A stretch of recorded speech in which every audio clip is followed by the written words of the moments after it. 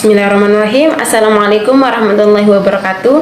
Perkenalkan, nama saya Wiwin Sukmalinda, SPD, Ahli Pertama Guru Agama Islam, bertugas di SDN 6 Utan dari kelompok 4 Angkatan 50 dengan pemateri Bapak Dr. Randus Haji Mustain SSMM. Oke, di sini saya diberi tugas menganalisis isu kontemporer di instansi. Jadi, sebelum itu, saya akan menyebutkan bagian-bagian yang akan saya jelaskan. Yang pertama, pengertian isu kontemporer. Kemudian, identifikasi isu, teknik analisis, dan isu yang diangkat. Pengertian isu kontemporer. Nah, isu dulu. Isu diartikan sebagai suatu fenomena atau kejadian yang diartikan sebagai masalah. Jadi, isu-isu kontemporer adalah suatu pokok persoalan yang terjadi pada masa sekarang atau menjadi trending topik pada saat ini. Jadi, solusi penyelesaiannya harus sesuai dengan masa sekarang atau masa modern. Isu kontemporer ini secara umum terbagi menjadi 3 kelompok berbeda berdasarkan tingkat urgensinya, yaitu yang pertama isu saat ini, isu berkembang, dan juga yang terakhir isu potensial. Masing-masing jenis isu ini memiliki karakteristik yang berbeda, baik dari perspektif urgensi atau waktu maupun analisis dan strategi dalam menanganinya. Yang kedua, identifikasi isu. Nah, ada beberapa isu yang terdapat dalam instansi. Yang pertama yang saya temukan adalah revolusi 4.0 dalam pelayanan pendidikan. Yang kedua, mengenai kesulitan belajar siswa. Dan yang terakhir, hasil belajar. Kemudian selanjutnya yaitu teknik analisis isu. Di sini ada 3 teknik analisis isu. Yang pertama, mind mapping, fishbone diagram, dan analisis SWOT. Tapi di sini saya akan memilih pendekatan fishbone diagram. Jadi fishbone diagram ini berupaya untuk memahami persoalan dengan memetakan isu berdasarkan cabang-cabang terkait. Namun demikian, fishbone diagram atau diagram tulang ikan ini lebih menekankan pada hubungan sebab akibat, sehingga seringkali juga disebut sebagai cause and effect diagram atau Ishikawa diagram, karena diperkenalkan oleh Dr. Kaura Ishikawa, seorang ahli pengendalian kualitas dari Jepang, sebagai salah satu dari 7 alat kualitas dasar. Fishbone diagram ini akan mengidentifikasi berbagai sebab potensial dari satu efek atau masalah dan menganalisis masalah tersebut melalui sesi brainstorming. Kemudian masalah akan dipecah menjadi sejumlah kategori yang berkaitan mencakup manusia, material, mesin, prosedur, kebijakan, dan sebagainya.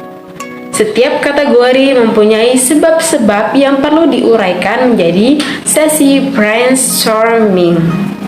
Dan saya akan mengambil isu revolusi 4.0 dalam pelayanan publik. Era revolusi industri 4.0 menjadi tantangan atau hambatan bagi suatu lembaga.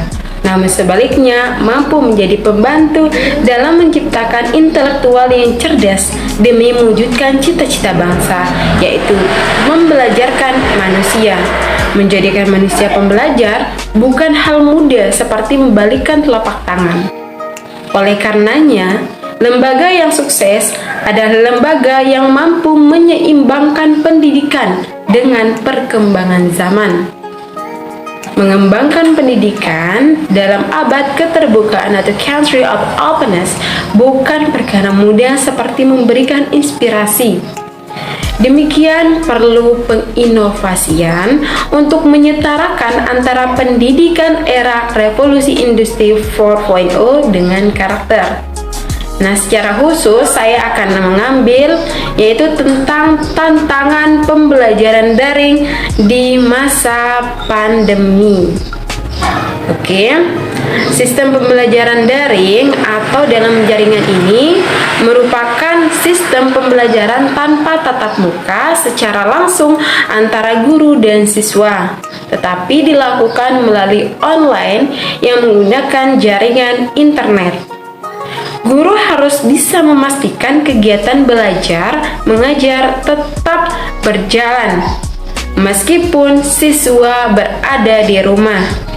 Solusinya, guru dituntut dapat mendesain media pembelajaran sebagai inovasi dengan memanfaatkan media daring. Nah, kemudian inilah fishbone diagram mengenai tantangan pembelajaran daring di masa pandemi. Di sini tentang tantangan pembelajaran di masa pandemi. Yang pertama yaitu pendidikan berorientasi pada kuantitas dan juga penyeragaman kurikulum. Nah, pembelajaran berorientasi pada kuantitas, kita bisa lihat di sini pembelajaran daring lebih mengedepankan banyaknya siswa harus mengikuti pembelajaran. Dan hasil analisis saya bahwa penyelesaiannya sudah mengenai penilaian pada rapot sudah melibatkan pendidikan karakter. Kemudian selanjutnya penyeragaman kurikulum. Karena di semuanya sudah menggunakan kurikulum 2013, memang dipaksakan kemarin bahwa semua sekolah harus menggunakan kurikulum 2013. Dan dampaknya yaitu salah satunya berganti-gantinya regulasi kementerian akibat revisi yang berulang dan ketergesa-gesaan penerapan menyebabkan ketidaksiapan penulisan, pencetakan, dan peredaran buku, sehingga menyebabkan berbagai permasalahan di ribuan sekolah akibat keterlambatan atau ketiadaan buku. Dan solusinya yaitu bahwa ujian nasional sudah ditiadakan. Oke, selanjutnya mengenai surrounding atau sekeliling. Nah, di sini ada 3 disiplin belajar turun, budaya literasi rendah, dan kurangnya biaya. Yang pertama kurangnya biaya, tapi di sini sudah ada solusinya, yaitu adanya bantuan kuota belajar dari pemerintah, kemudian sarana penunjang pembelajaran daring seperti HP, walaupun memang belum maksimal karena masih banyak orang tua murid yang tidak mempunyai HP.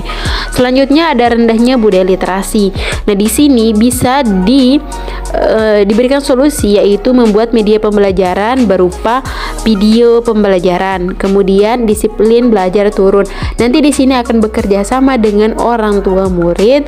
Ya, walaupun memang ada perilaku anak yang membuat orang tua sulit mengontrol keinginan anaknya. Kemudian selanjutnya yaitu skill. Nah, di sini ada merem teknologi, guru memberi tugas tanpa menjelaskan dan siswa tidak paham materi. Untuk merem teknologi, yaitu solusinya adanya pelatihan media pembuatan media pembelajaran pada guru. Kemudian untuk siswa kurang paham, diskusi dapat dilakukan melalui via Zoom. Kemudian selanjutnya, guru hanya memberi tugas tanpa materi, bahwa tidak semua guru memberi tugas tanpa materi. Kemudian terakhir atau safety, yang di sana ada 2, stay at home dan menekan angka korban. Stay at home di sini bahwa selama ada jaringan internet, maka proses pembelajaran jarak jauh bisa dilaksanakan.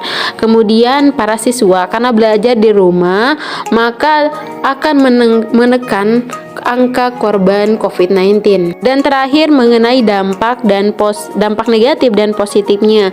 Untuk dampak negatifnya yaitu pendidikan jarak jauh memakai waktu dan biaya, karena kalau tidak ada biaya maka pembelajaran akan terganggu. Banyak orang yang salah menggunakan waktu belajarnya seperti membuka sosial media yang lain. Selanjutnya kurangnya pemahaman siswa terhadap pembelajaran tentu walaupun guru sudah memberikan materi.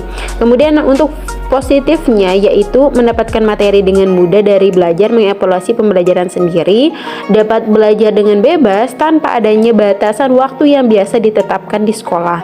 Kemudian pembelajaran jarak jauh atau online dapat mengefisienkan waktu belajar kita dimanapun. Mungkin itu saja dari saya. Terima kasih. Wassalamualaikum warahmatullahi wabarakatuh.